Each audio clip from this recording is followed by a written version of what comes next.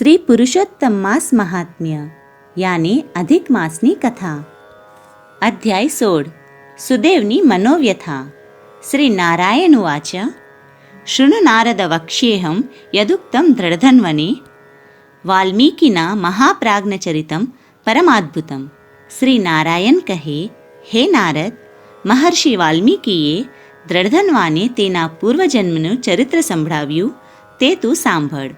ગરુડે વિપ્રસુદેવને એવું કહ્યું, હે વિપ્રદેવ, તમને જે એક પુત્રનું વરદાન મેં આપ્યું તેથી તમે રાજી થયા હશો, પરંતુ તેમાં જવાબદારી મારી છે. ભગવાને તમારા પર દયા લાવી મને વરદાન પૂરું કરવાનું કહ્યું એટલે મેં તમને પુત્રફળ આપ્યું. જે પુત્ર તમારી પત્નીને સાંભળશે તેમાં મારો અંશ હશે. તેનાથી તમને અત્યંત સુખ થશે, પણ પાછળથી દુઃખ પણ તેવું જ થશે. ગરુડ મારફત તમને પ્રસન્ન કરી ભગવાન વિષ્ણુ ગરુડ પર બેસીને વિષ્ણુલોકમાં ગયા.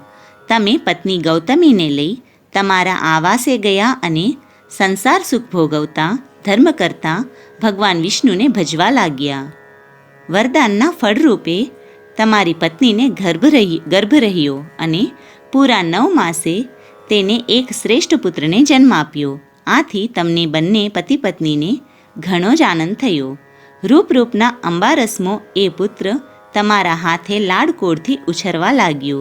તેનું નામ શુકદેવ રાખ્યું. તમે રૂપાળા શુકદેવને જોઈ હર્ષ પામતા હતા.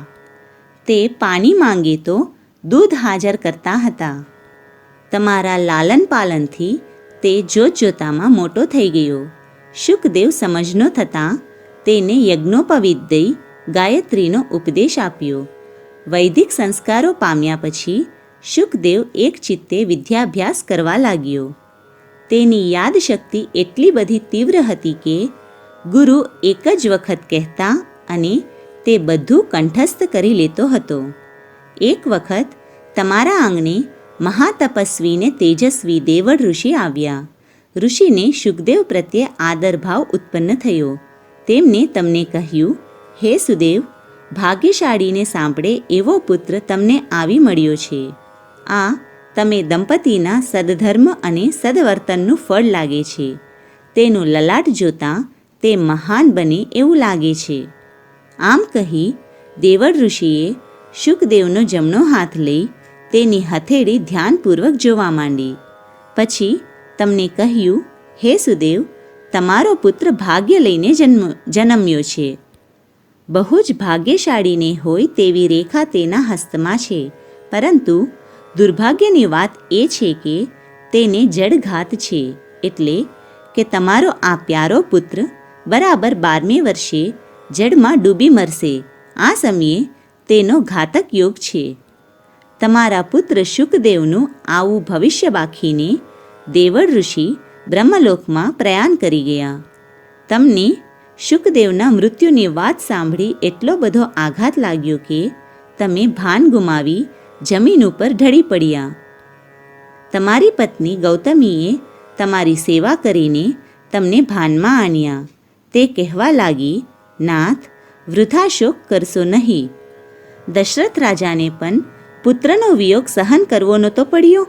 રામચંદ્ર અને યુધિષ્ઠિર જેઓ ધર્મના અવતાર ગણાતા હતા, તેઓને માથે પણ દુઃખ તૂટી પડ્યું હતું. એમ આપના માથે જે થવાનું હશે તે થશે.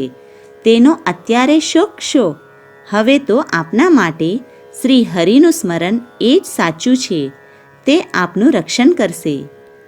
ઇતિ નિજવનિતાવચો નિશમ્ય પ્રકૃતિ મુપા ગતવાન સુદેવ શર્મા યદિ હરિચણાંબુજમ નિધાય જટિતા જહો શુચમાત્મજાત ભવિત્રીમ.